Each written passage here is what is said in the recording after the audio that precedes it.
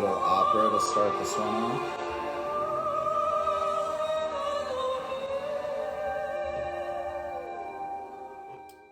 All right, you guys, what's up? It's DRIGK here, Paul. Another live here. This one should be really cool, like all the others. Cool. Um, Got my DLC Tsunami here. So my wife went to art or interior design event, and they were being sponsored by this cold brew coffee, and she brought it home for me. Now it's sponsoring this TRIGK. Thanks to my sponsor. All right, man. So we got Ollie Rev here. I see that he's on here, so I'm going to add him and we're going to get going on this. Again, you can find all this on YouTube. Appreciate you guys for watching and encouraging me to keep going. Ollie Rev is in Europe. He's going to tell us about this, what the heck he is up to. And yeah, let's get going.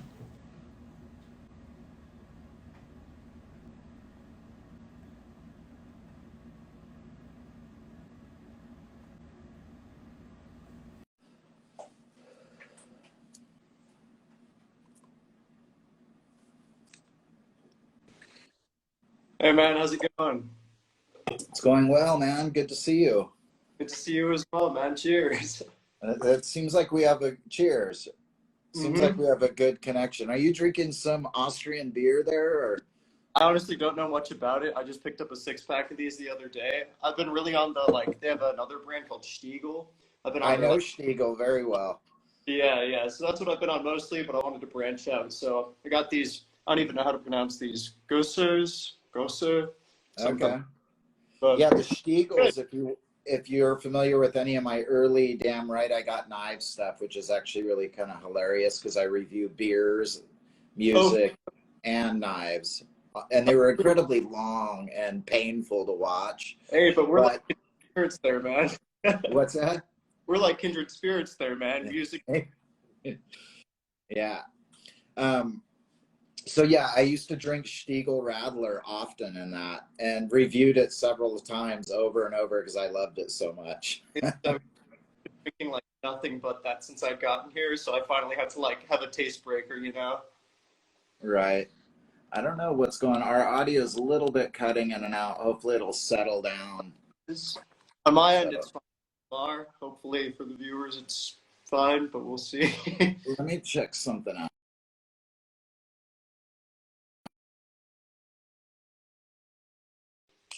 Hopefully it'll settle in.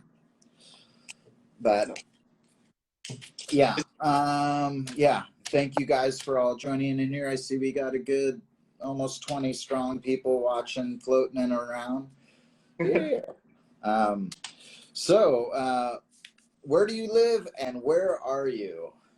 So I live in Houston, Texas. That's where I like grew up and everything, and going to the Moore School of Music at the University of Houston there. So I grew up in the suburbs there, and I moved into the city like 4 years ago or so for college and whatnot. And right now, I'm in Salzburg because I'm doing which is obviously in Austria for those who don't know. And I'm doing this like summer program thing, basically for young opera singers. A lot of people don't know about how like the opera voice works, but it's very different from like other kinds of singing. And a lot of that process is experience and aging, and just like it's a kind of a step-by-step thing. So you have to audition for these programs to go. It's basically like more school. You basically pay to come here and you get some more experience. You do a bigger role than you've normally been given, just so you can take on more than you're used to, kind of a thing. And so normally I've only really done like chorus work in operas and stuff like that, and just tiny roles. And this is my first like major role. I'm for anyone who's anyone, I doubt anyone in this stream knows much about opera, but for anyone who does, I'm playing the Count in Figaro, which is like one of the largest like Mozart baritone roles ever written. So it's a lot. It's a bit overwhelming, but I'm taking it a day by day. And That's intimidating, man. yeah, For sure. But I mean, good thing is that the role suits my voice really well, so I'm not having to deal with those kinds of issues where I'm trying to like figure out how to sing things. It's just like figuring out how to get it all in my head, basically, because it's like a 3 hour opera, basically, and I'm on. In Latin or what? It's in Italian, yeah. So In Italian. that's the other like crazy brain thing happening right now is here I am in Austria trying to like learn German and speak to people while I'm like singing in Italian and have to know what I'm saying in Italian. And man, it's a I Heck can't yeah. speak Italian to people with the little Italian I know, or trying to translate things like wrong kind of a thing because of like German bases and stuff like that. So it's confusing for sure right now, but I'm making it through. Remembering lyrics in English is hard enough. Yeah, for sure. I mean, Wow. luckily, a lot of performing of like what are called art songs, which are basically like classical repertoire songs that aren't associated with opera but are sung in that kind of a style.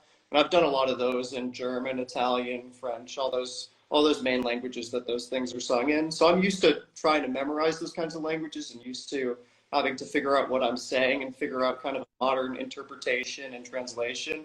But it's just the content of it is just so massive right now. So it's a day by day cramming things in, you know? Man, that's awesome. I mean, that's what I love about this community is how diverse people are, you know, their Yeah. other hobbies and just how it ties in and how Balisong becomes an integral part of all of our lives, but yet we have this whole other side, you know, to Yeah. things. No, it's wild how the community's got like two or three other things going on at the same time. And you learn so much from people about other things. It's Yeah. really cool. Yeah, you can't just be all Balisongs all the time. Yeah, as much as wish, right? Say that again? As much as some people wish, right? Yeah, that's true. Yeah. Yeah. And so how old are you? I'm 21. I'll be 22 in August. Not that that really matters, but yeah, yeah, 21. I'm going into my last semester at my university. So I've done 4 years and I'm doing one extra semester because a whole prerequisite thing got messed up because a CLEP exam didn't get posted in time. It was a whole mess. But because I'm here for an extra semester anyways, I added on a marketing minor just so I could have a degree that's not solely music in case I ever want to branch out into other things at all. But Right. yeah, But following your passion at the moment. exactly. Yeah. So Yeah. you're 21, you're old enough to drink a beer, but not that it would matter in Austria. They would just probably be like, whatever, drink a beer. At this program. They get to drink here too. It's it's fun, yeah. Have you found any other flippers near you? I have not. I've been so swamped with this stuff, and I don't know who all knows yet, but I literally caught COVID this week too. So the one week that I'm like kind of free and I'm stuck in quarantine. So I'm gonna hopefully I'm here. I'm gonna be traveling around Europe for another couple weeks after the program ends. So like mid-August kind of a thing. So I'm gonna be kind of asking around who's around and where would be a good place to go that I would also want to just be a tourist at the same time and see if I can get a little meetup together or something because it'd be cool to meet someone over here too. Sure, yeah. Um, so you're there doing that, and so it's pure music what you're doing there right now, just focused on that. Yeah, Yeah. I'm in a German class too, just so I can like learn to somewhat speak to people. Right now, I can just about like order food and that's about it. And you have your own apartment, or what's going Yeah, on? like a dormish situation where we share a suite, but we have our own rooms, kind of a thing, and it's all right. It's not too bad. It does suck with this heat wave here though, because there's no air conditioning here, so I gotta leave the windows open when it's cool enough for that. And I've got this tiny little fan in the corner of my room that's keeping me a little bit cool. And do your roommates see you flipping your volley song and go, "Oh, what is that? Oh, cool." Yeah, I actually only have one roommate right now, and it's actually my girlfriend. She's in the next room. We decided to come to the same program together because we both auditioned a few places, and it just worked out that we both wanted to come to the same one. So we asked to room together, and they were cool with that. So That's yeah, so awesome. And she sings as well. yeah. She's a singer as well. She's a med, so yeah. That's awesome, man. That's so cool. Yeah. So when you guys fight, is it like oh, oh, oh, No, but that'd be so funny. Like your arguments are all singing arguments. Maybe you should try that. If you guys ever get in a fight, do it in opera, and the fight will not last. yeah, it wouldn't. I bet you wouldn't be able to take it for long at all. um, so what's your favorite trick that you're doing right now, or one that you're working on, and also one that you feel is like maybe something that you've always do that you're like your maybe your signature move, but also one that you're struggling with or learning, or you just got down something. Let's go in that realm. Okay. Let's talk Yeah. about that stuff. Well, for the one that I've always like struggled with, it's going to be same answer as Seiji's actually. For I think he did this like a little bit ago, and you asked him a similar question. I am terrible at cats. I cannot get the consistent, and it's just hilarious to me because there are so many flippers that are like starting out, and like they'll be like 6 months in, and they'll have cats like on lock, and I just cannot get them. I've almost like given up on them honestly because like I think they're cool, but I also don't feel like they really advance combos that much because you go from one chaplain to another. There's so many ways to do that in more interesting ways, in my opinion. But I mean, cats are still cool nonetheless. I might just be jealous, might just, you know. But yeah, that's one that I've always just struggled with. Still working on a little bit here and there, kind of a thing. One I think I do too much that probably like I've been trying lately to like eliminate these from my combos, and they just keep coming back in, are these. Yeah. It's like, I don't know if you've seen these, but it's that, but like inverted. So you grab onto the spine and onto the spine and the handle at the same time, and then Got you it. flick, Okay. then you do a roll that way. And so I've been doing those way too much because there's just so many things you can do with that. Like today, even I was like, here's something I'm working on right now. This kind of ties in well. It's actually related to that trick where you go to here, but you stop it here. And a lot of people will go from here and do something like that. But I've been doing it to where I'll like throw it up, but catch it like this. And then today I've been doing it from that to here in kind of a fluid motion, or from that to like that kind of a motion. Kind of a knuckle duster thing at the end or something. Is that what it sort of was? Right, but it does kind of it's got a similar kind of vibe to it, to where it does like skip over all of your fingers at the same time. That is another one I struggle with though. Knuckle dusters. I think I've recently sort of figured them out, but I think I do them wrong still. So it's like, yeah, my list of tricks to learn are really like cats, knuckle dusters, and rats. But I don't see many people doing rats, so I'm not really stressed about that. I don't even know what a rat is. So if a cat is like a chaplain aerial transfer where you like pop it up from a chaplain and you catch it, it does a rotation, you catch it in another chaplain.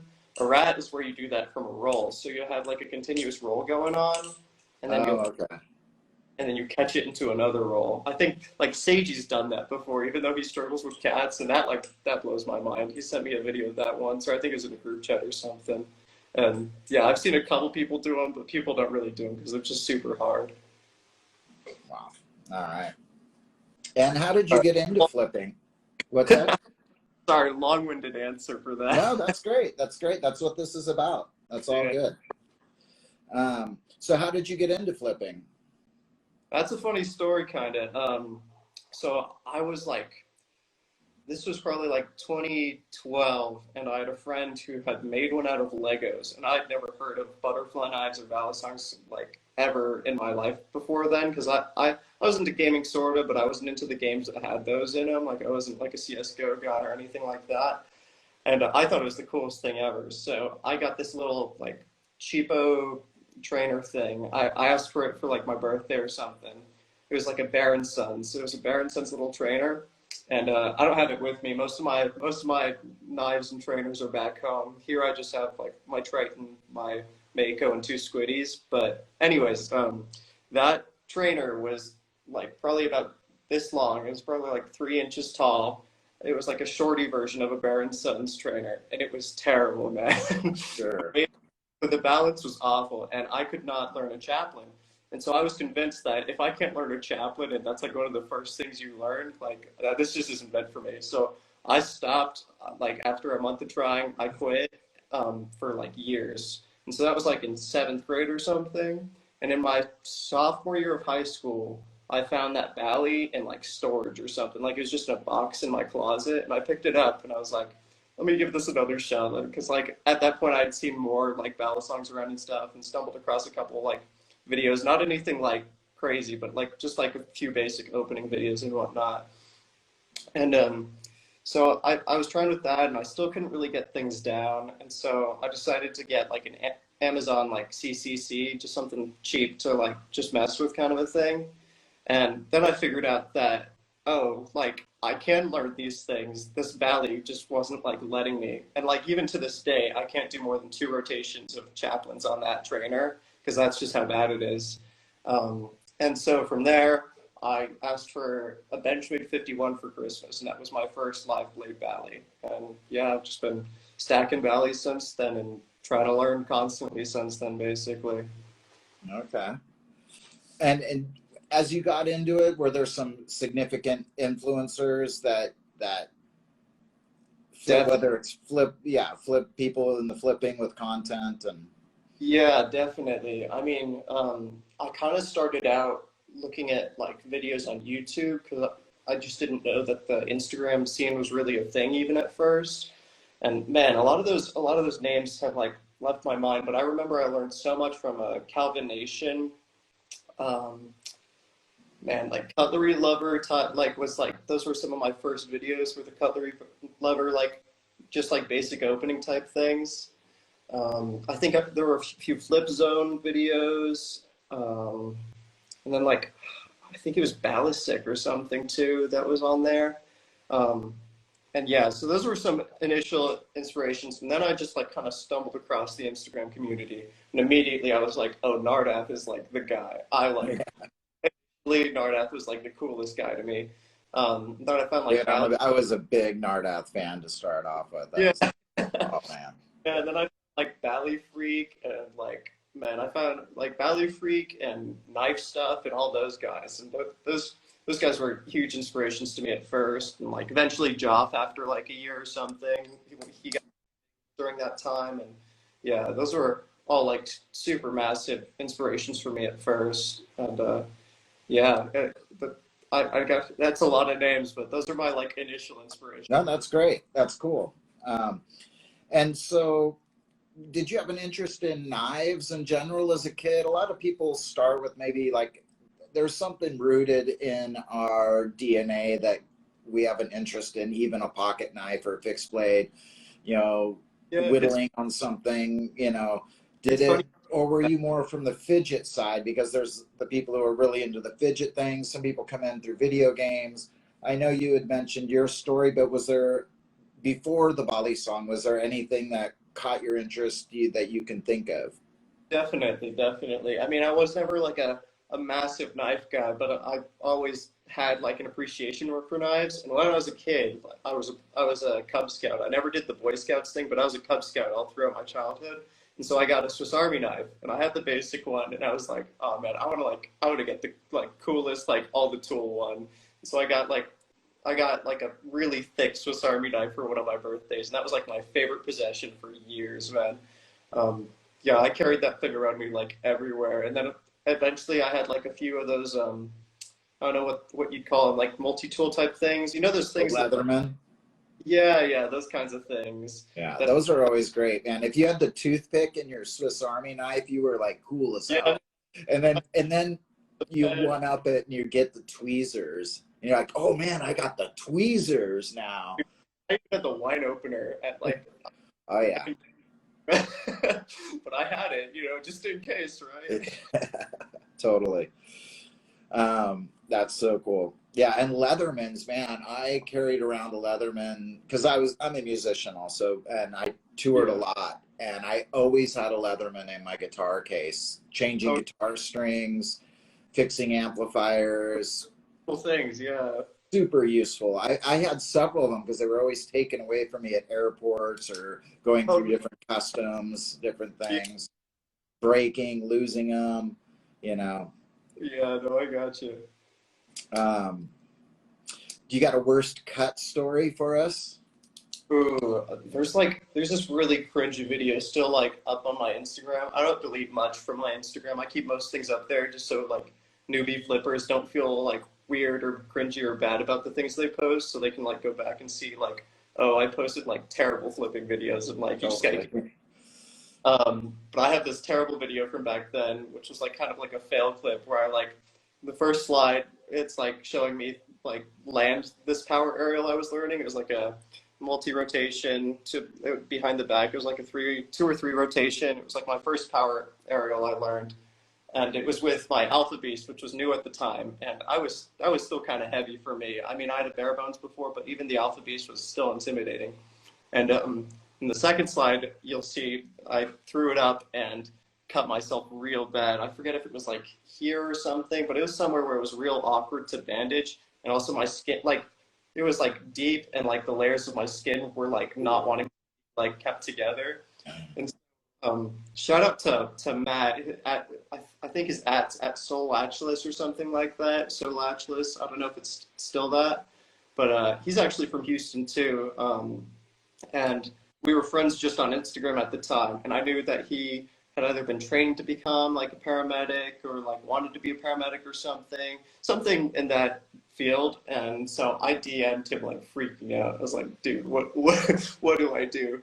He was like, okay, you can either get liquid bandage or super glue, but for now you're just gonna want to like keep some pressure on that thing. And he was like, you're also gonna want to get like alcohol or some way to clean it. I was like, all right. He didn't So, say go get stitches. He was like, "You're all right." and thank God, because like I would have hated that. That would have put me off from flipping so much more than just some liquid bandage, you know. I mean, I'm like, I think sometimes you need stitches, but I think a lot of times, like especially when you're a new flipper, you kind of psych yourself out to think it's worse than it is. And so yeah, I wound up getting, I think my mom to go get me some liquid bandage or something. While I just like stood there like an idiot holding pressure on it because I had no plan on what to do.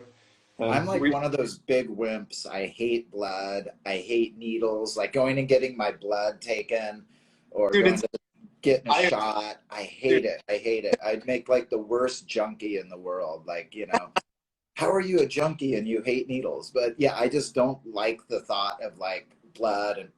And I've gotten more used to it, obviously cutting myself a ton. yeah.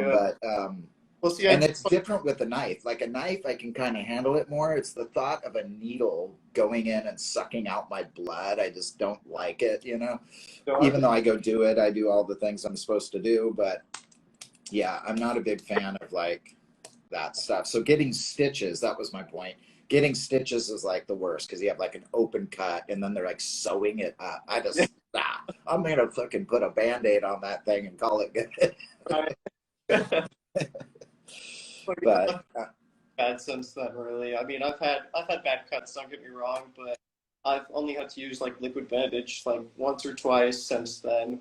And other than that, just like continuously keeping it bandaged, continuously cleaning it. Um, Occasionally, I'll get like a small infection or something, which really those really suck because then you just like you shouldn't do this. No one should do this. But like there have been the occasional like infections that I've just like sliced back open because they just were not healing right, and so I'd slice it back open and then bandage it and be religious about keeping it clean. Don't do yeah, that. I have never had to get stitches. I've had a couple of cuts that were maybe borderline, but I never felt like, oh, I got to go in and get stitches right now. It hasn't happened. It might. I hope not. I don't like the thought of it, but Yeah, I think the only things that put you at risk of that, other than just having like an insanely sharp knife, are power aerials and the like tendency, like the big danger for people that are new on flipping, in my opinion, is that everyone has the tendency to want to like grab it as it's falling or save it. totally don't Or touch it. Just let it fall. you got you got to accept that it's dropping at some point, you know. That's kind of learned early on, almost like a trick is learned. It's like use the safe handle, Yeah. when you're starting. Don't chase the knife. There's those kind of early rules that you kind of learn. But Yeah. as you progress, the chasing the knife, sometimes you still do as you progress, I feel, because you're like, oh, I can still, that's not one that, you know, it's not Yeah. as, they're still manageable drops sometimes. So it's like, you got to trust your instinct on them. Yeah. No, it's funny you say that because now I do feel like I have like a really good gauge for that where I know what I can save and I know what I can't. And Exactly. Yeah. it depends on like wearing on my feet too. Like if I'm barefoot, man, I'm jumping away if it's dropping. But if I've got on my leather loafers, dude, not that people should do this, but with my leather loafers, I literally like will kick my belly so it won't hit like concrete kind of thing from up here. So it'll This is actually what I wear a lot. It's just like leather, and it's yeah, like, but then if the knife lands in here, I'm kind of yeah screwed. dangerous. But yeah, um, yeah, the dance, you know, I've got sometimes just standing still. If the knife is falling near my feet, I'm like, I think I'm better off just not moving. Sometimes I'll do like move, but other times I'm like, stand still, let the knife fall, because if you move, it's just going to bounce into you over there, you know. Who knows? It's get your instincts down with things. Yeah, definitely. Um, so what my question was, do you ever post knives for sale? Have you sold a lot of knives on? I actually have not sold a lot of knives. I get way too emotionally attached to to my knives. So only things I've done is I traded a V2.5 Kraken for the V2.5 Kraken, or no, it wasn't a 2.5. There's a V2 Kraken for another V2 Kraken because I got a blue one when I wanted either a silver or an orange one. So I traded a blue one for an orange one, and that's where my Orange V2 came from. And other than that, I'm trying to think, but I don't think I have sold other than that, honestly. I kind of bring that up because there's been conversations going around. I even made a post about it. Like a lot of the hashtag sales stuff is kind of all jacked up, and Instagram is Yeah, blocking a lot of Balisong content. And you know, I don't know how deep it's going or exactly where it's coming from. And so I just yeah. thought that we don't have to talk about it much. I just thought if you'd No, have I mean, noticed any of that with any of your content or anything you're posting or. it's hard to tell really, especially with how kind of the algorithm. You never really know what the algorithm's doing and what Instagram's doing. None of it's very like open source or honest with like the public.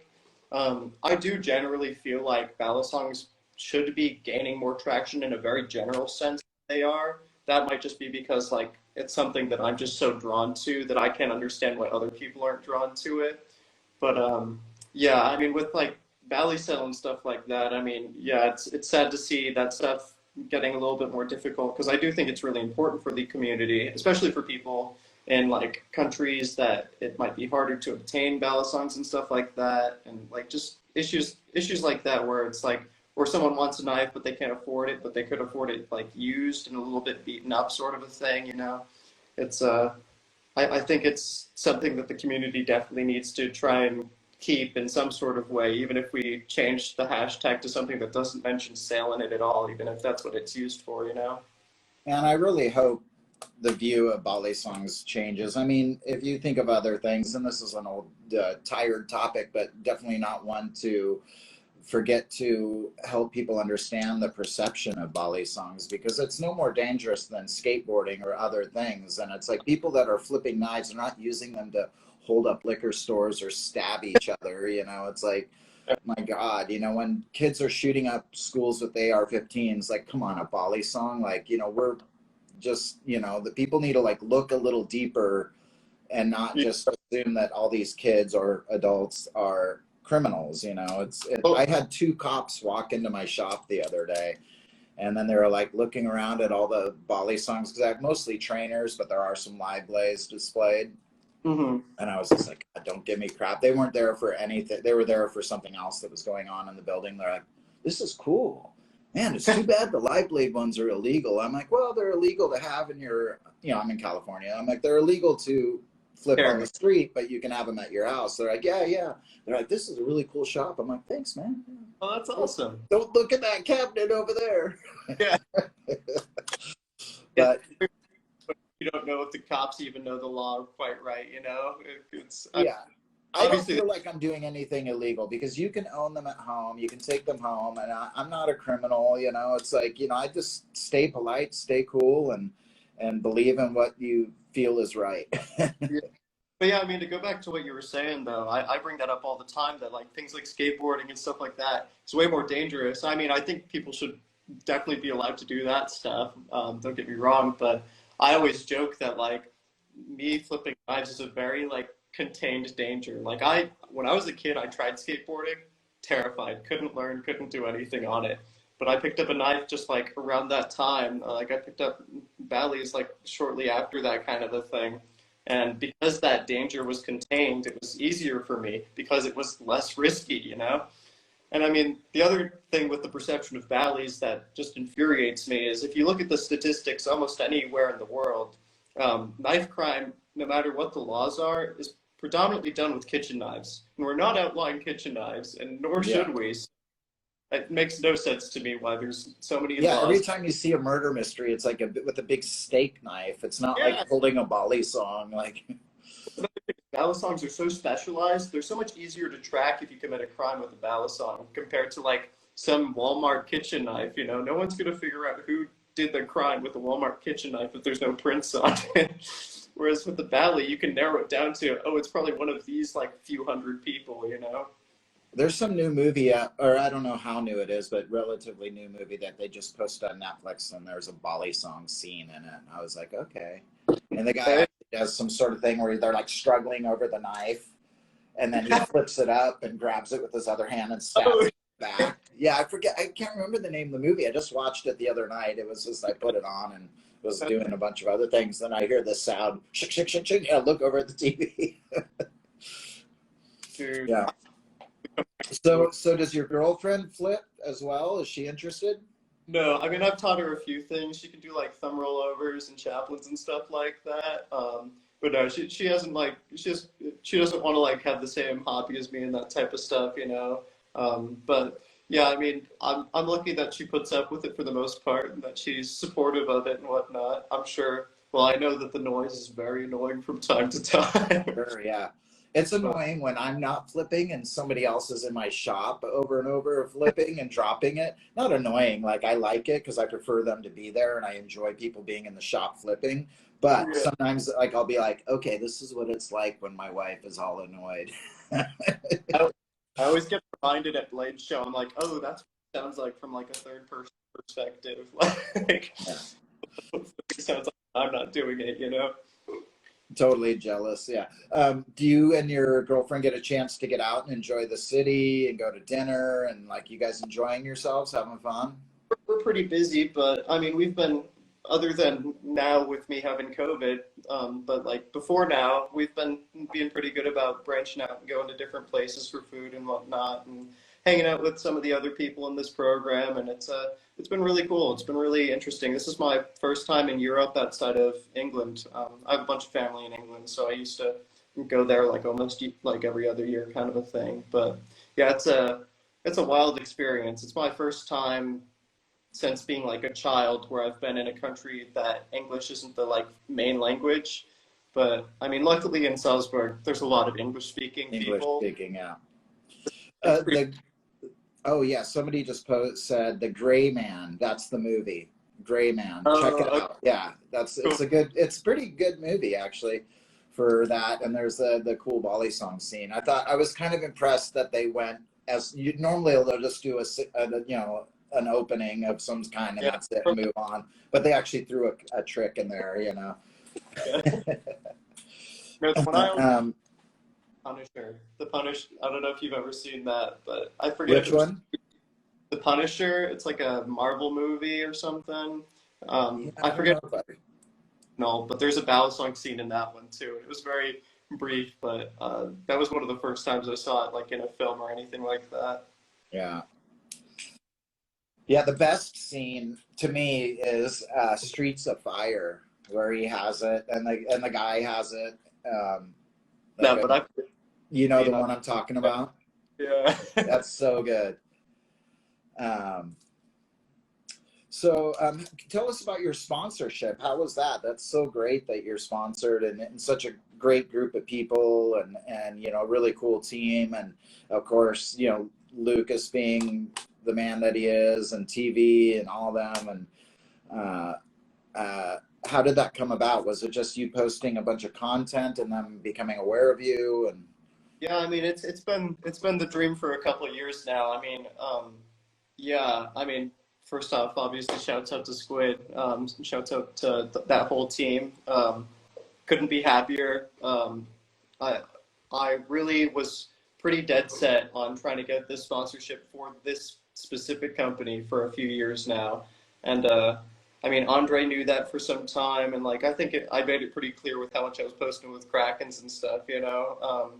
But yeah, I mean, I'd been homies with some of those sponsored flippers for a while, and then last year I went to Blade Show and got kind of closer to some of the other guys, you know, like Joff and Seiji, who are just like coolest, and like I'd been looking up to them for like years too. Um, but yeah, I mean, it was like the beginning of this summer, and Lucas texted me asking if we could call, and I was like, "Yeah, we can call, man." And so he offered me the sponsorship, and yeah, I mean, here we are. And like I said, I couldn't be happier. It's an awesome company. I love this company because of how much it does for the community. They have an amazing warranty policy. They're constantly trying to push new products and innovate and further better their products, and that's really something that I'm really happy to stand by.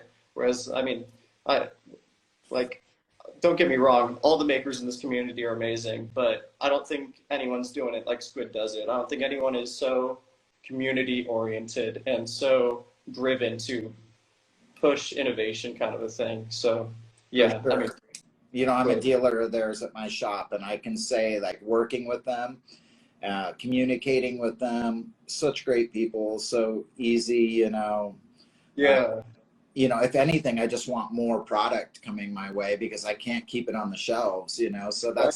that's the only gripe I have with them is they need to make more of it and send it to me. But Yeah. as far as like getting along with them and being friends and all that, super, super awesome. Yeah. Well, I mean, that's another amazing thing to see is like the demand for it is so insane. And it's great to see that, I mean, so much of it seems to be reinvested in the company. You know, I see them posting getting new machines like every few months, you know. Yeah. It's insane. And the growth has been insane. And I mean, my first squid product was a V1 squid trainer back in like 2017. And so I've been a stan of theirs for a long time now. And My yeah, very first review was a Mako. oh, for real? Yeah. Got this If one. you go back, nice. Yeah. What did you think of the Madco? I love it, man. That's the Madco's got to be my favorite trainer I've ever like touched. Period. And that might sound overblown, but it's honestly true. Oh, I Because loved it too, man. I was like, yes, when these are ready, I'm definitely getting one. yeah, Yeah. no, And they're I don't buy a lot of trainers anymore as much. I'm more yeah, focused on live blades, but definitely have the Nautilus and a Kraken, and I yeah. still really appreciate them. Yeah, no, definitely. I mean, I started out after I got my 51, and like after then I got like an 8B and a bare bones and stuff like that. I used to only really post live blade content because I used to think that that's what's exciting. But I mean, obviously, since like before the sponsorship, this like past year or two, I've really been drawn towards both. I think there's just so much value in both, and I think that especially for beginners and also just for people who want to be able to experiment without having risk. It's an amazing tool to have trainers, and I think that it's really cool to. It's almost like having two hobbies in one without having to learn more. You know what I mean? Yeah, that's actually one of my questions on here was talking about trainers, live blades, taping your blade. A lot of, I did that in the beginning too. It didn't last too long because I Yeah, just kind of went from trainers to taping my blade to like getting rid of the tape after a month or two.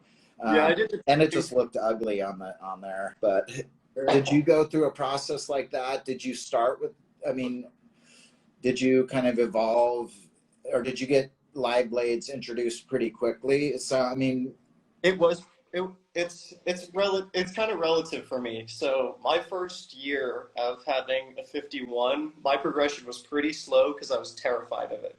Like even, which is hilarious to say now because 51s are such light knives, and like I mean they're benchmade sharp, so they're sharp, but still they're quite light knives. And looking back, it was kind of silly how terrified of it I was.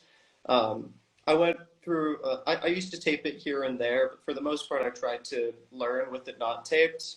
Um, but what I really did is I would go back and forth between that and like a CCC that I had, or once I had my first squid trainer, I was going between my squid trainer and my knives kind of a thing. So I'd learn something on my squid trainer, and then I'd Yeah. try and do knives.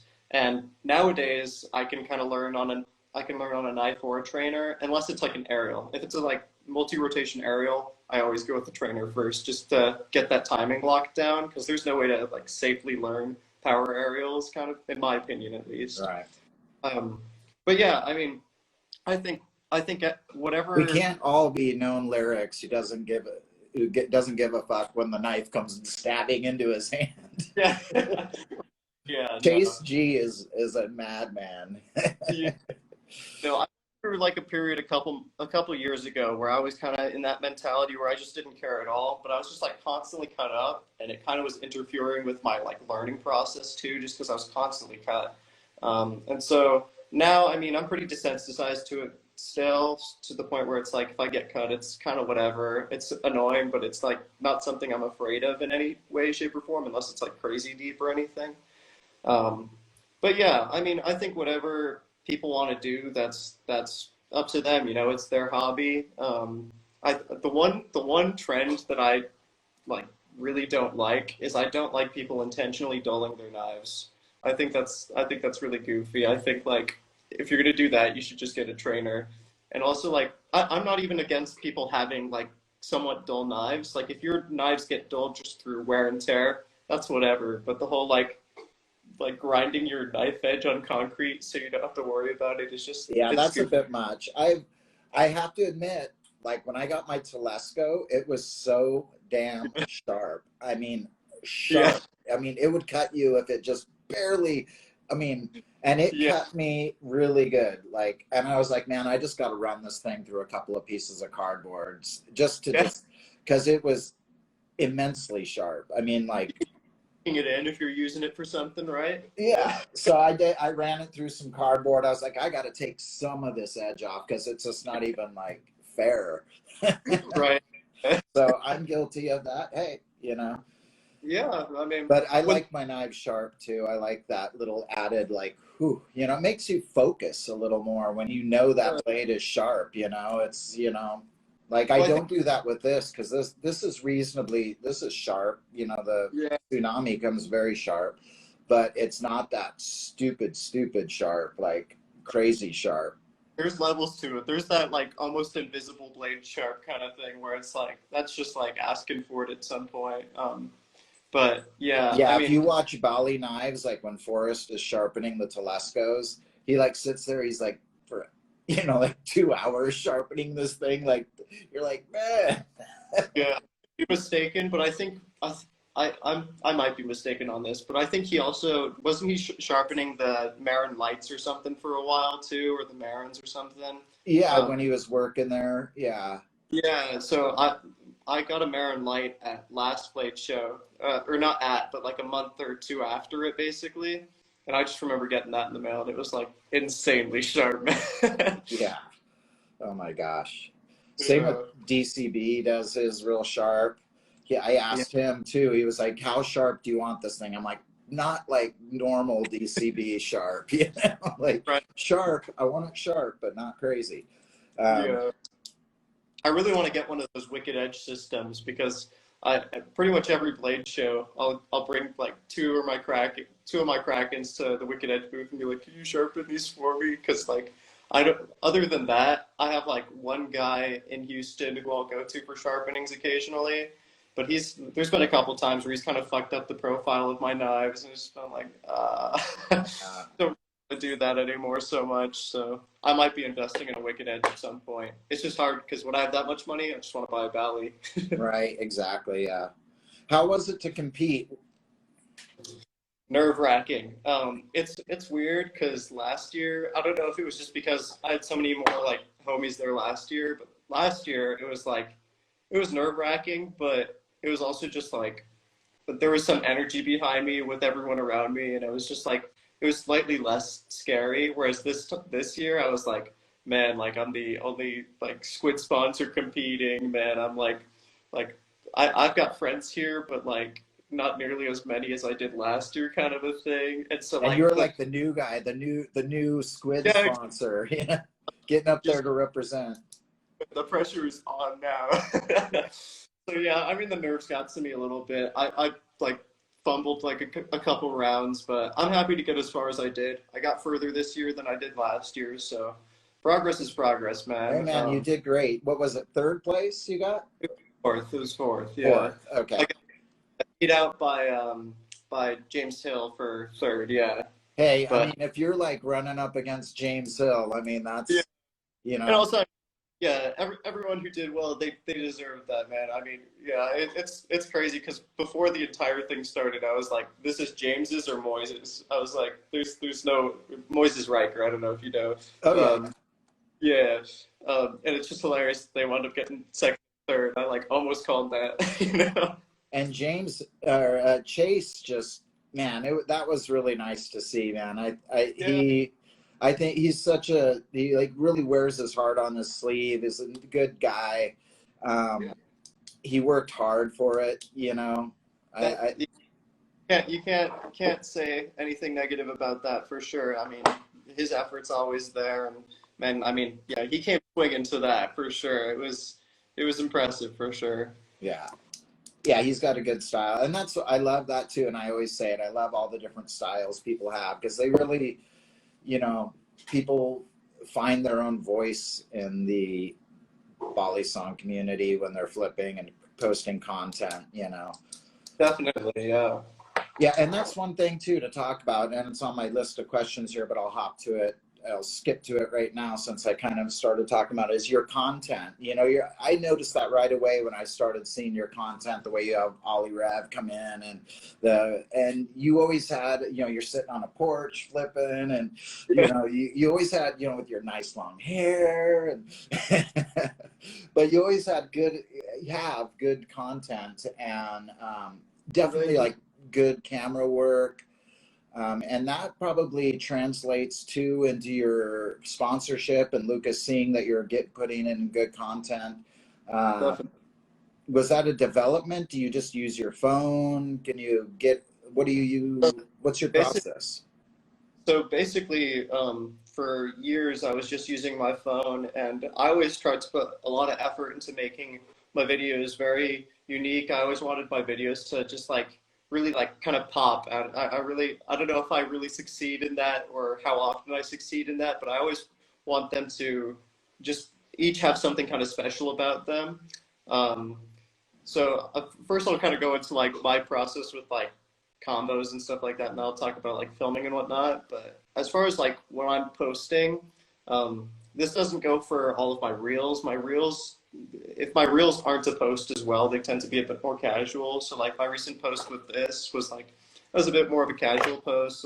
There wasn't anything like crazy special about that combo, but most of my actual like posts that you see on my main feed, I try and have at least 1 to 2 tricks that I don't really see people doing, or I don't see them doing it in a certain way, or I'll do like a variation on something I'm seeing that's new in the community, because I always want to like bring something kind of exciting. I don't know how often that gets noticed or how exciting it really is to other people, but at least for me, it makes it fun and exciting to have something that's at least new to me, or a variation on something that I'm seeing in the community that's hot right now.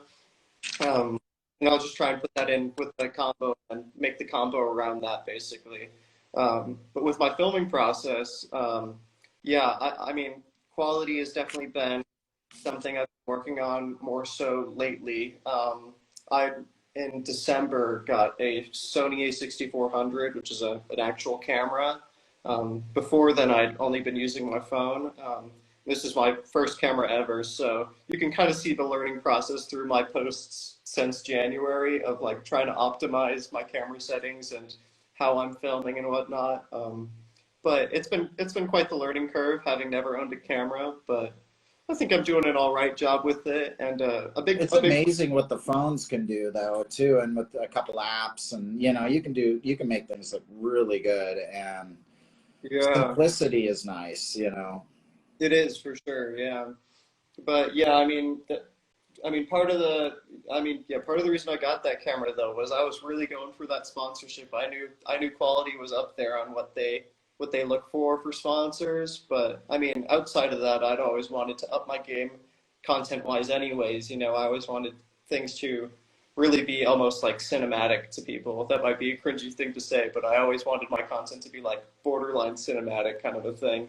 And I mean, that's part of the whole like Ollie Rev intro thing is I wanted to like build up hype before you saw the product kind of a thing.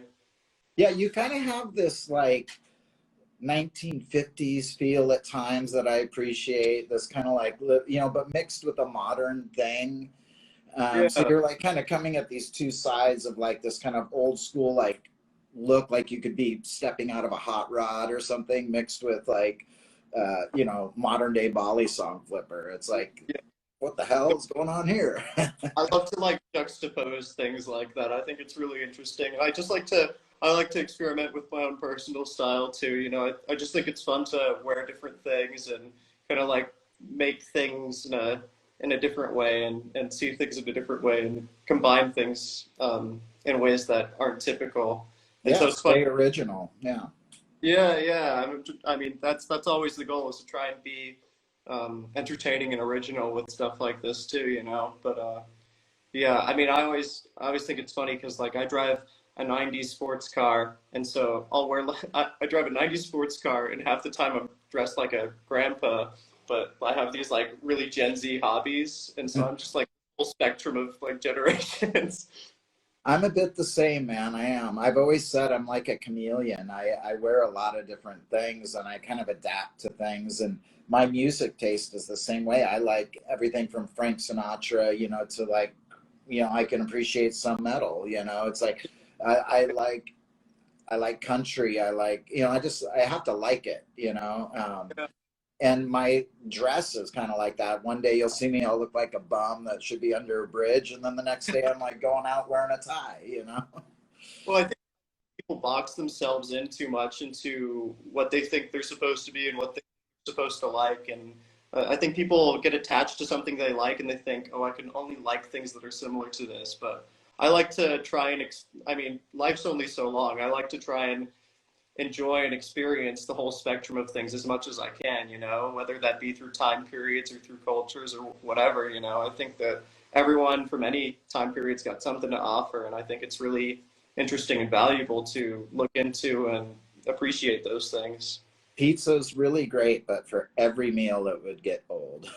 Yeah.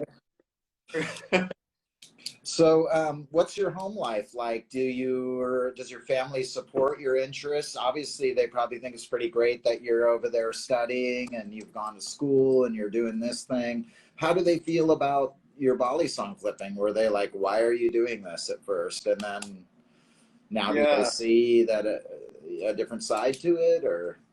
Yeah, I mean, I'm definitely lucky how supportive my family is for everything I do, really. I mean, yeah, they've been so supportive for music, and a lot of musicians don't get that much support from their family, and they've been so supportive for Balisongs too, and that's even like I feel like that's even a harder thing for families to support. You know, it's like what my kids or my kid or my grandkid's gonna be like putting himself at risk of cutting himself constantly, like what like I will say though, when I started, when I asked for 51 for that Christmas when I was like a sophomore in high school, I had to promise my mom. I was like, Mom, I'm not gonna be doing any crazy tricks. I'm gonna be doing like the basic opening and a few other things. I just want to like have a knife for fun, you know. And of course, that wasn't the truth. Yeah, that is a little white lie to get that, so I could actually do what I wanted to do. That's But a reasonable white lie. yeah, I just remember the funniest sentence from that whole like experience was being like, I'm not going to do anything crazy like Chaplin's with it. You know?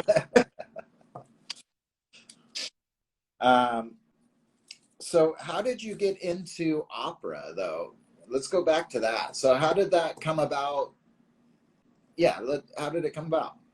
So basically, I mean, all through my life, I've had an interest in singing in a very general sense. You know, when I was a wee kid, when I was a little kid, I was in like the church choir, and we did little like church musical things and stuff like that. And then I was like in choir in like my middle school and whatnot. And I always was like, I was a big fan of like the Beatles and stuff back then too. And so I was always like learning and just singing Beatles songs and stuff like that because I didn't have the discipline for an instrument. You know, it's just like little ADD kid just like singing stuff basically. And I got to high school and I joined choir and I was also in band actually. I played trumpet from seventh grade to my senior year of high school. And so being in high school, I was in a real competitive high school too. And so I had never been a very academic kid and struggled with a lot of like mental issues in middle school and early high school and stuff like that too.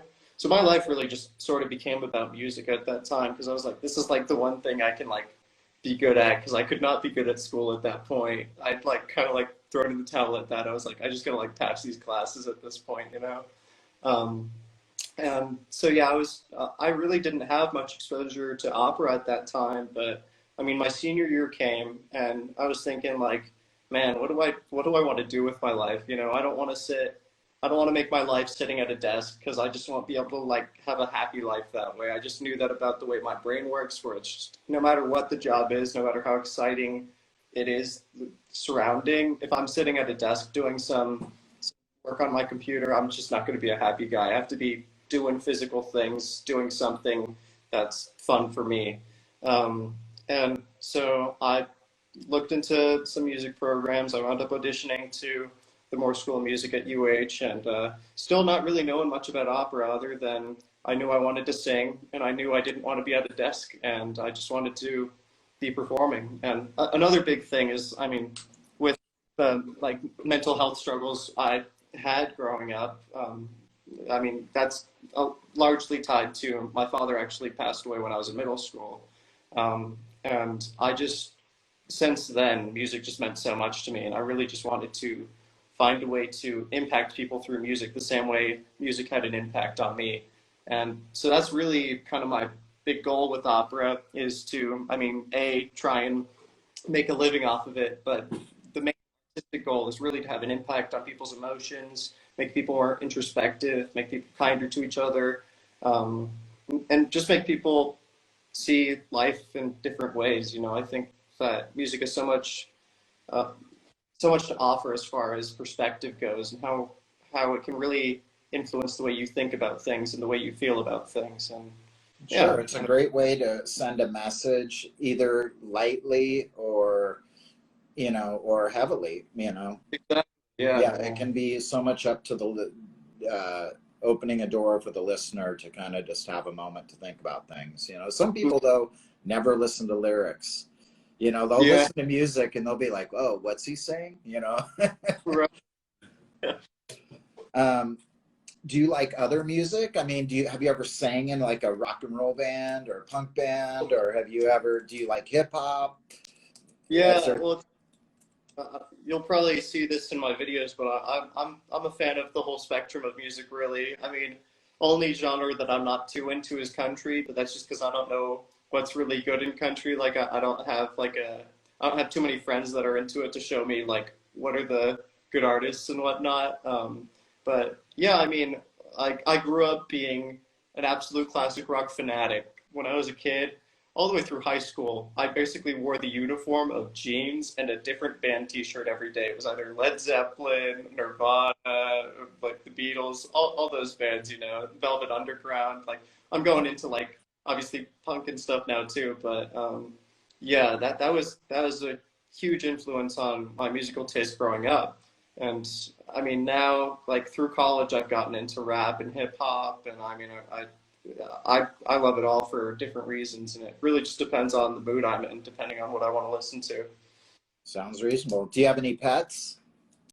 Yeah, I mean, none really of my own, so to speak, but back home with my family, we have three dogs.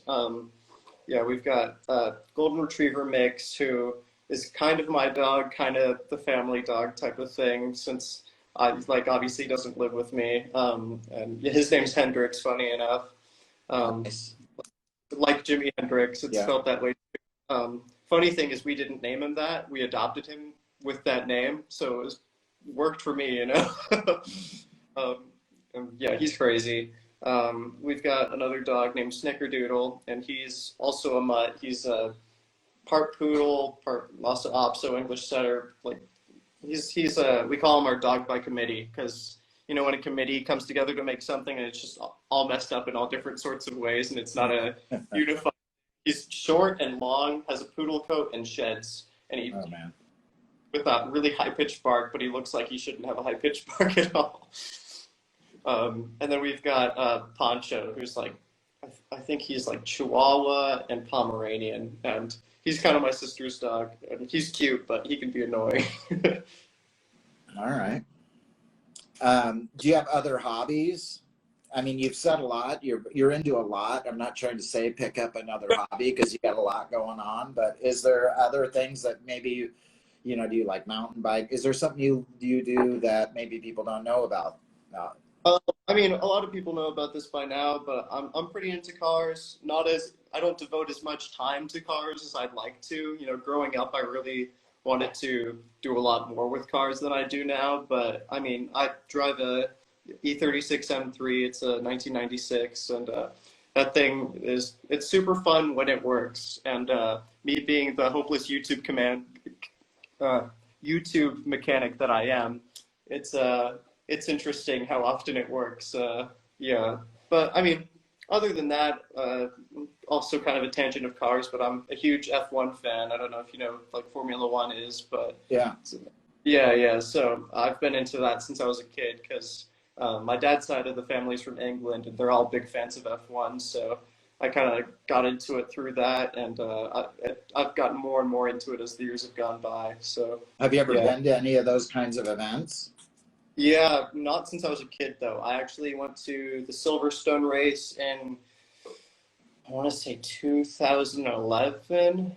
It might have been before that, honestly. It might have been more like 2009 or something. But I remember, let's see, for the McLaren Mercedes team, it was Lewis Hamilton and Jenson Button racing for them. So whatever years that was, I think it's Is there other flow arts you enjoy? Like, do you do any other sorts of sort manipulation? of.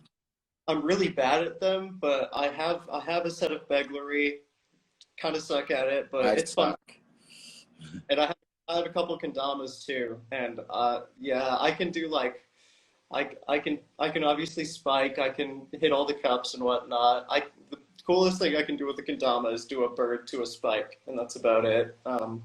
I really want to learn whirlwinds, but man, I really struggle with kendama. I have a huge amount of respect for the people that are good at that because I honestly think it's harder than flipping. It's really difficult. I don't know if you saw that video of me, but I started after my Narda interview. He got me into like picking up a kendama again that my friend bought me, and it was sitting on a shelf. So I did like a knee to spike without a spin, but straight like knee to knee spike, and I landed. I could not freaking believe it. I was recording. I still have it. I posted it when it happened. It was like blew my mind. That's as good as I've ever done. Yeah, no, I got you. Well, it's crazy, like how much hype you feel when you land something with a kendama, and I think that's something really cool about the community. It's just like everyone loses their minds when something cool gets landed, you know? Yeah. Who would have thought a little like, I mean, a knife I can understand because it's a sharp thing, but like a little wooden handle with a ball, like who would Yeah, thought that would get so damn popular? It's wild. right.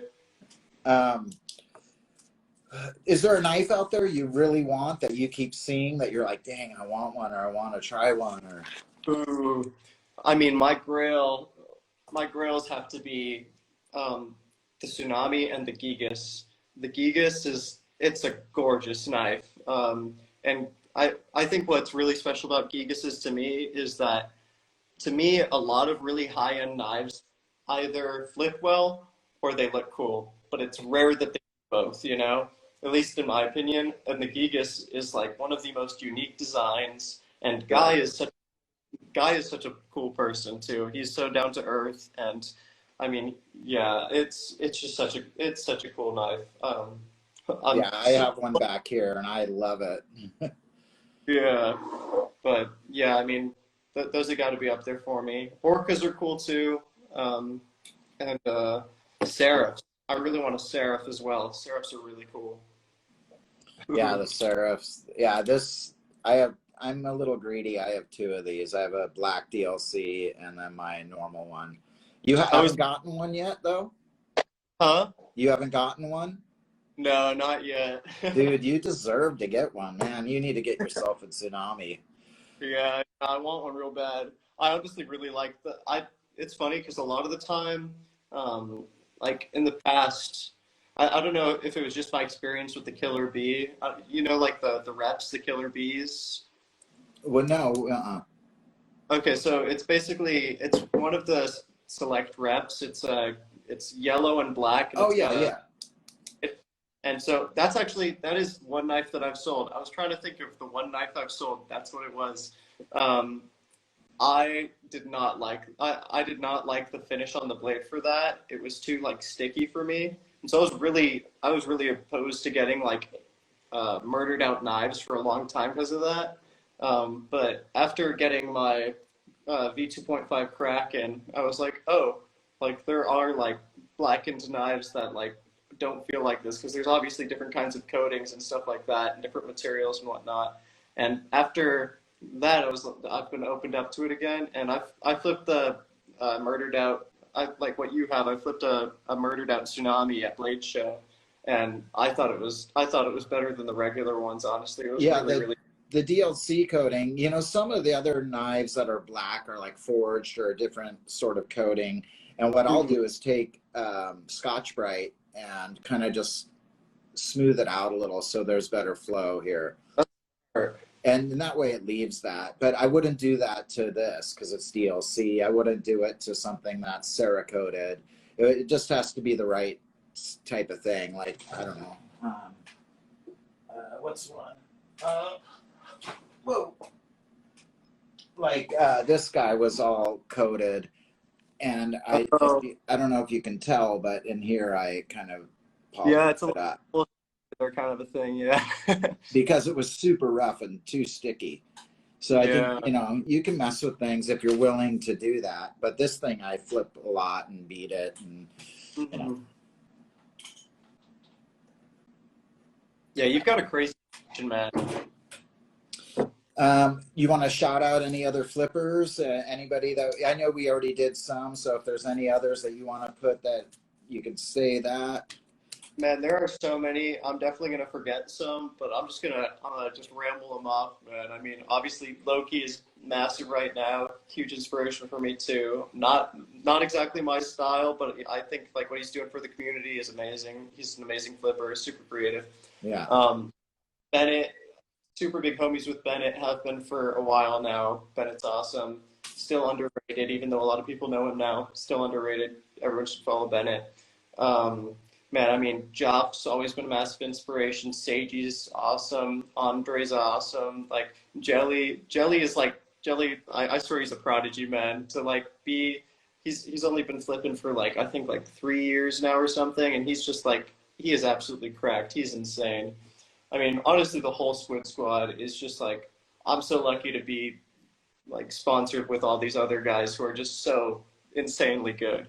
Um, yeah, I think I mentioned Battle Freak earlier as an early inspiration, but still one of my favorites of all time. I still go back and watch some of those old videos. Insanely good.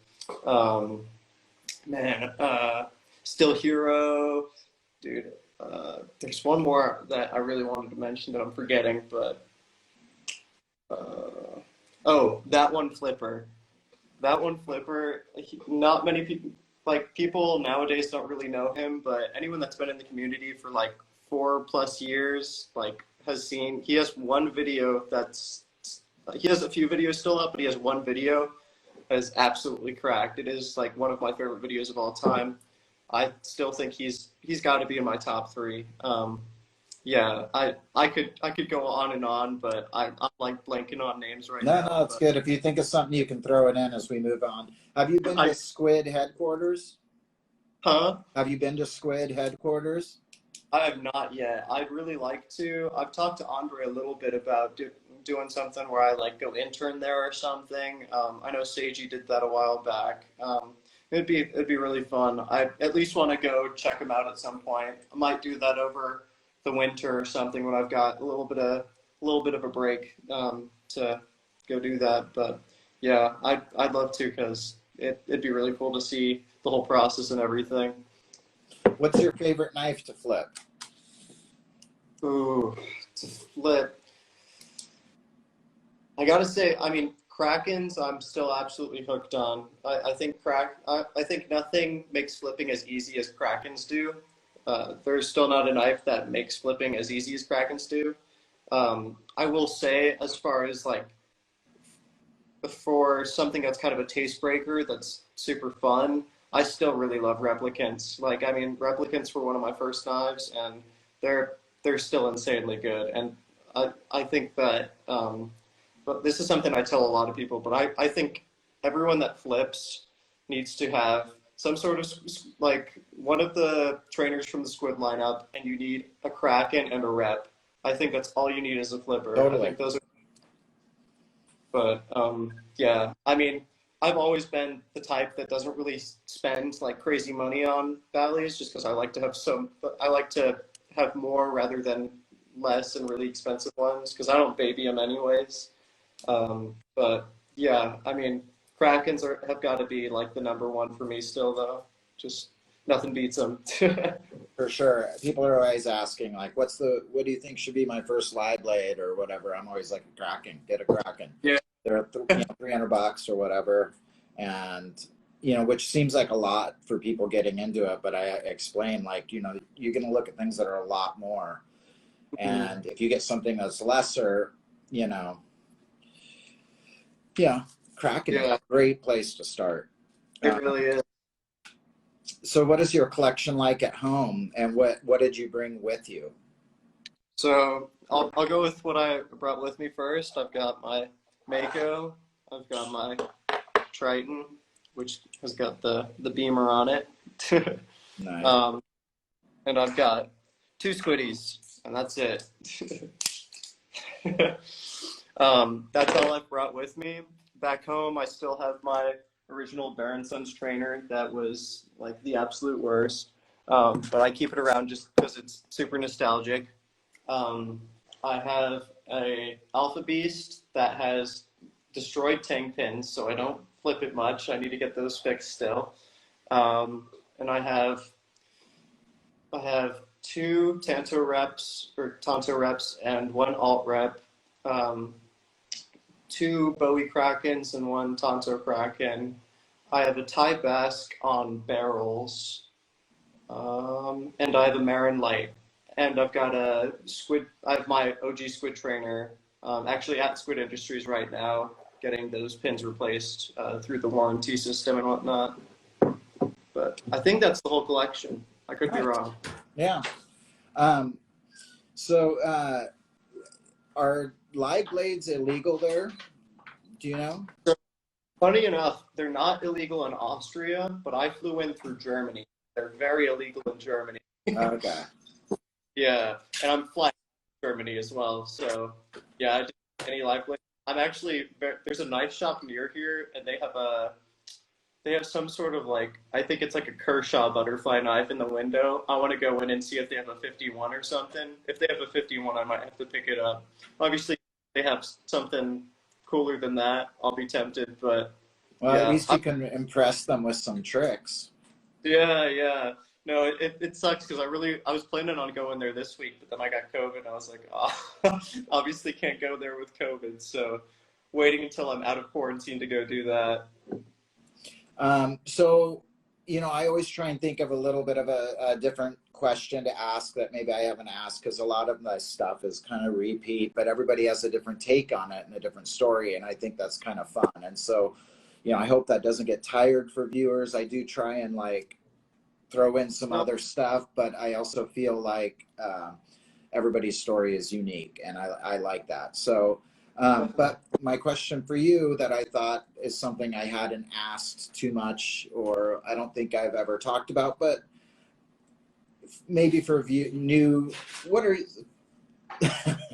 the first 5 to 10 tricks that you think beginning Balisong, people with an interest in Balisong, what do you think? And we kind of know this because you can look up like first Balisong tricks you should learn. What is your take on that? What do you think is like when you're showing somebody that is brand new, what do you run them through? So the first thing I teach everyone is the basic opening, obviously. It's this guy, right? After that, once they get that solid, I teach them the ice pick version of that. Once they can get that, I move on to chaplains, actually. A lot of people wait to do chaplains. I think chaplains are one of the first things people can learn, and I think people underestimate the people's ability to do them. And Jelly actually, through Squid Industries, Jelly actually just did a tutorial on chaplains. The only thing I would change about that tutorial is he talks about doing big, slow circles. When I have people starting out, I make them massive circles. I make them actually keep it straight up and down on their finger. So I'll make them do a circle this slow and this big, and then I'll have them gradually pull it in. But yeah, anyways, after that's where it's tricky for me. After that, I typically teach like thumb rollovers. If they can get those pretty quick, I'll teach index rollovers. And after that is where it's really difficult to decide what is the best thing to learn next. I think that like different kinds of twirl-based tricks are good, but hard for people to wrap their heads around those at first. And I honestly think a lot of the initial twirl-based tricks are pretty similar in difficulty, and you're going to use all of them anyways. So I kind of from there tell people to look into a bunch of different beginner tutorials and just learn whatever they want to learn, because I think that a big source of what gets people to learn is what excites them. And so if they see something and they're like, that looks cool to me, then they're going to want to learn that more than they're going to want to learn something else. And my other big piece of advice I have for people starting out is don't get stuck on a trick. If you can't do a trick and you've been trying at it for a few days, you can move on. You can try something else. I mean, you can keep that on the back burner. That's fine. But don't stop yourself because you can't get that trick down. You know, I think that's what hinders a lot of people is they get real frustrated over one trick and they're like, man, like I'm just going to give up for now kind of a thing. I So mean, many that's tricks you come back to later and you go, why was that so hard? You know, it's a lot easier now that I've progressed further, you know. I mean, just like having finger strength and also just like having a better sense of the mechanics and the physics of it will help you learn things better than you were able to learn them before. A lot of it's spending a lot of time with the knife, like just dedicating time to just hold it, you know, try moving it around, you know, getting used to it and comfortable with it. Definitely. Can I add one to your list though? Let me add one, which I always show people, and it's maybe not a trick as much as a move, but a wrist pass. I think a wrist pass is like just keeps you, it learns that early on to keep you from getting cut. That's a really smart one. That's something I didn't even think about, but yeah, you definitely need to learn those pretty early on because then you can kind of get over your fear a little bit too once you get wrist passes because you're like, oh, I can hold the bite handle. I just have to be smart about it. Exactly. And the wrist pass is weird for people. They don't understand like how easy a wrist pass is. They try and make it harder than it is. Wrist pass is rather simple once you just learn that move. It's not even really a trick. It's just a movement because it goes into so many other things. It does, for sure. Hardest trick in the book, in your opinion? That's tricky. I mean, obviously, I really struggle a lot with cats. Like I said before, I like cannot get them down. So if we're going off of what's the hardest for me, it's probably cats or knuckle dusters. Man, outside of that, that's tricky. I mean, anything that's, I think gunslingers, like multi-rotation gunslingers are really, really tricky. I have a few of those in my past couple of videos where I'm doing double rotation gunslingers now, which the timing is just insanely difficult, and also like doing them with live blades. Like I had like a really short reel I made like a few weeks back, and man, I got cut so many times just trying to land that. It was with Andre's Kraken. Um, and yeah, it's just so difficult to get that timing because two rotations behind your back feels so different than two rotations in front of you. And two rotations to a scissor is already really difficult for me. Um, Something that I think is really hard that uh, I have always like pushed myself to be good at that I don't see other people doing is stalls. I really like doing scissors to pinky stalls, just because that's a really difficult thing to wrap your mind around at first, and it's still like I think something that's cool about flipping is like everyone has those tricks where at first it doesn't like seem possible, and then you get to that place where it becomes possible. And that was one for me. So like a couple years ago, I had a few videos where I was just like doing those all over the place because I just thought it was the coolest thing ever. So do you think what do you think the future is here with the Balisong community? Do you think it's going to grow? What's your feeling on that? I think it's definitely got to grow. I mean, it's been growing at an insane rate. Yeah, hold on. I think it's really interesting how when I started out flipping, it was pretty much just guys coming from video games and guys coming from other knife hobbies. And one big thing that you can see as evidence of the growth in this community is how diverse the interests of people are. People are coming from all sorts of different backgrounds and getting hooked and interested on this stuff. And I mean, they're coming from other skill toys even now too. And I think that's super cool. And I think that, yeah, growth is inevitable as long as like the platforms we're on don't start messing with our content too much. You know, I think that's the real fear and risk we all are running is we just never know what Instagram's going to do. And obviously there's like a Reddit community and stuff like that, but a lot of people like me are mostly on Instagram, and it's scary. It's scary, especially with things like TikTok not allowing live blades, with us not knowing where Instagram's headed. You know, Yeah. but aside from that, growth is inevitable, and I think even if that does happen, growth is inevitable. It's just going to have to manifest in some other way, and I think it'll be hindered if something like that happens, but it'll still happen. So what's in your future? What's going on? What's next for you? You're finishing up your program there. You're heading back home. Continue schooling. Yep, so finishing up my undergrad once I get back, and then I'll be auditioning for grad schools basically.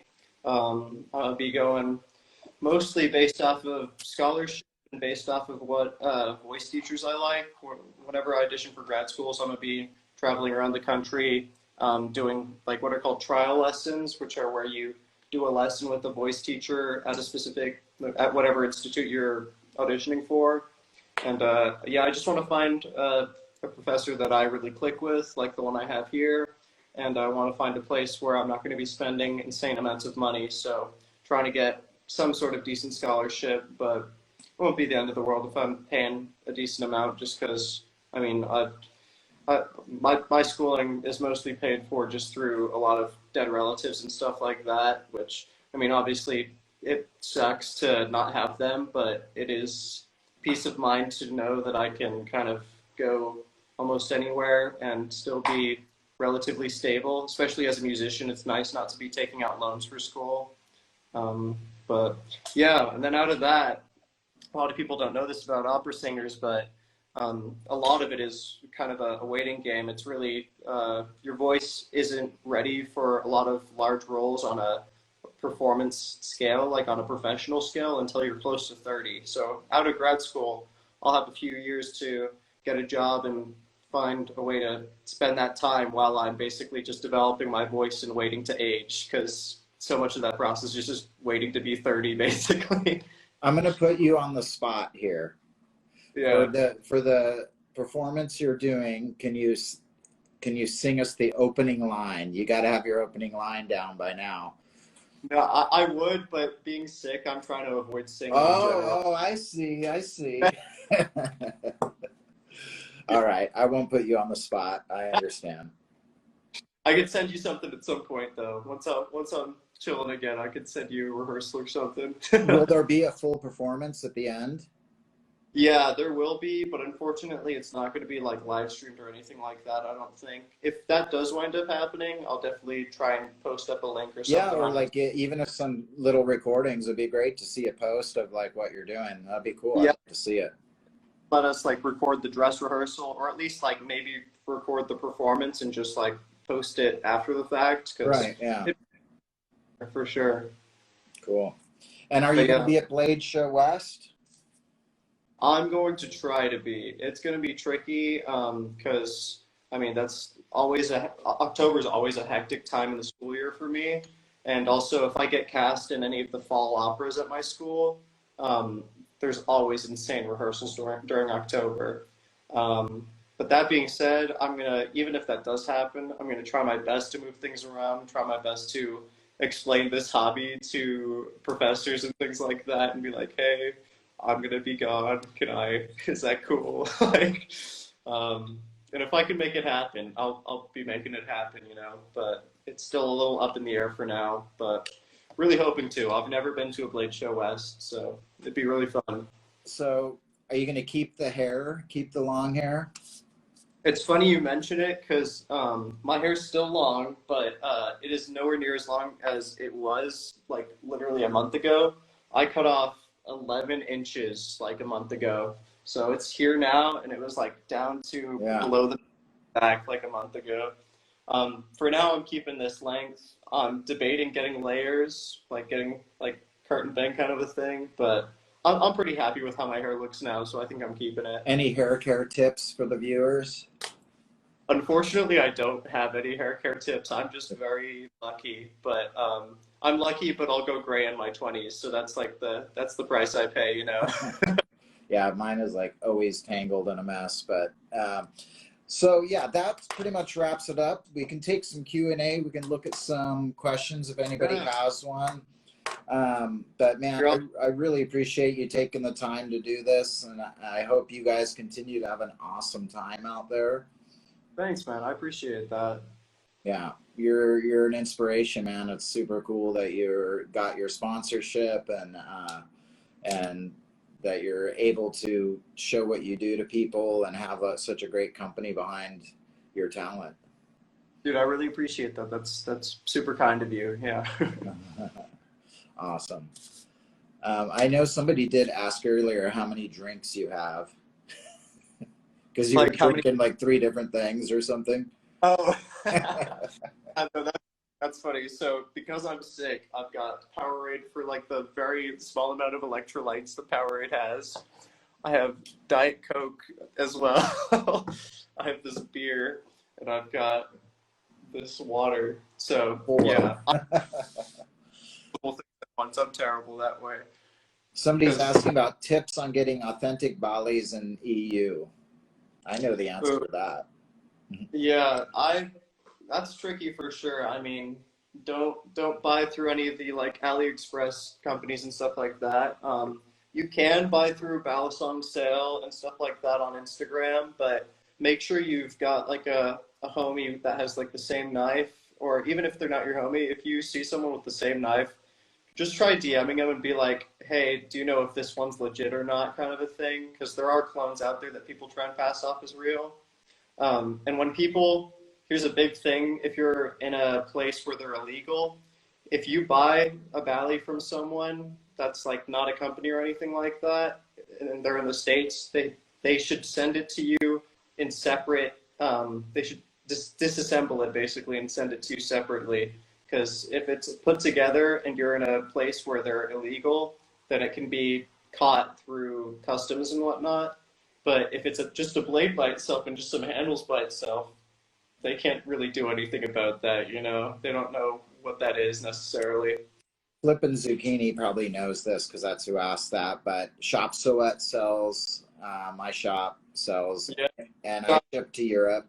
I ship anywhere, and if that needs some special attention in order to be shipped, like you're talking about separate packages and stuff like that, all they have to do is message me, and I communicate pretty well with people about things like that before I ship them out. If they don't message me, they just get shipped out. But I also try when I'm shipping in Europe to put something like fidget toy or, you know, tool or something other than Balisong knife, you know. But yeah, I ship all over Europe, all over the world. That's awesome. I don't think too many companies really offer that, so that's a great thing of you to Well, offer. I do it with the prerequisite that people understand if customs takes it, then it's not my, you know, if I'm shipping to like Australia, which I kind of don't anymore because I had two knives already taken by customs and they were trainers, two Nautiluses.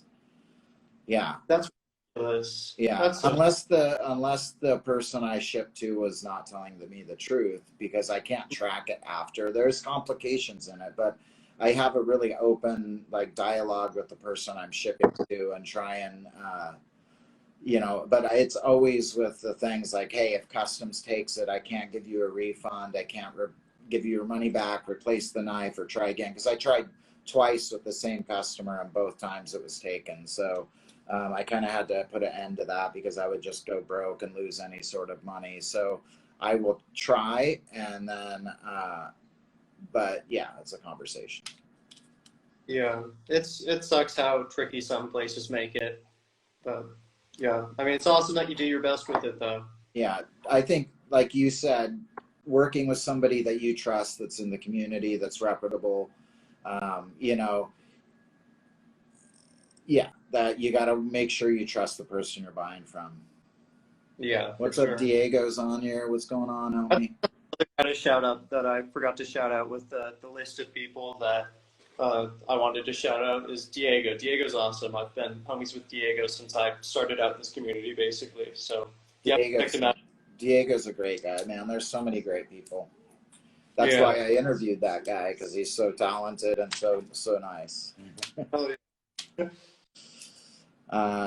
Cool, man. Well, we're at an hour and a half here. I think we got a lot of content in here, unless somebody throws in a last minute question. Man, I really appreciate you again. dude, I appreciate the opportunity to come on here and everything, and I appreciate the exposure and whatnot. And I think it's awesome that you're doing these things. It's really cool to learn about and see people that I don't necessarily talk to at length. And yeah, you got to keep doing these because these are too cool, man. Oh, somebody's asking. Let's see. If you could have any hair color as your natural hair, what would it be? Even blue or whatever color. I honestly really like my hair color. When I was younger, I really wanted to have black hair. Right now, the only hair color wish I have, which is not going to come true, is I wish that instead of my hair turning gray as I age, that it would turn white. Because I think having white long hair would be just super cool. Yeah. I got these white parts here. Oh They're yeah, grayish white, you know. And this yeah, is like pretty darn white. yeah. So what's with the stash, huh? You rock a stash. That's pretty like, you know, that's like you're owning the stash. Yeah, man. I mean, it's still pretty sparse. I'm still trying to be patient with it, but it's whatever. I mean, I don't know. Growing up, I always wanted to have facial hair, and I'm finally at the point where I can sort of. So I'm rocking it for now. I have I was doing the full like kind of what you've got going on, where I was rocking like hair all on my face, but it just gets too sparse here and here. And so I just eventually I was like, no, fuck this. I'm just gonna keep the stash. A lot of people can't pull off a mustache, man. I give you props for that because it doesn't look like wrong or anything. Dude, I appreciate it. I do occasionally get told I look like a musketeer, but that's about the worst. Do you play Apex Legends? No, I quit seriously gaming in like 2016 because I was doing nothing but playing video games, and that's about the time I got really into Bally's anyways. So I was like, something's gotta give.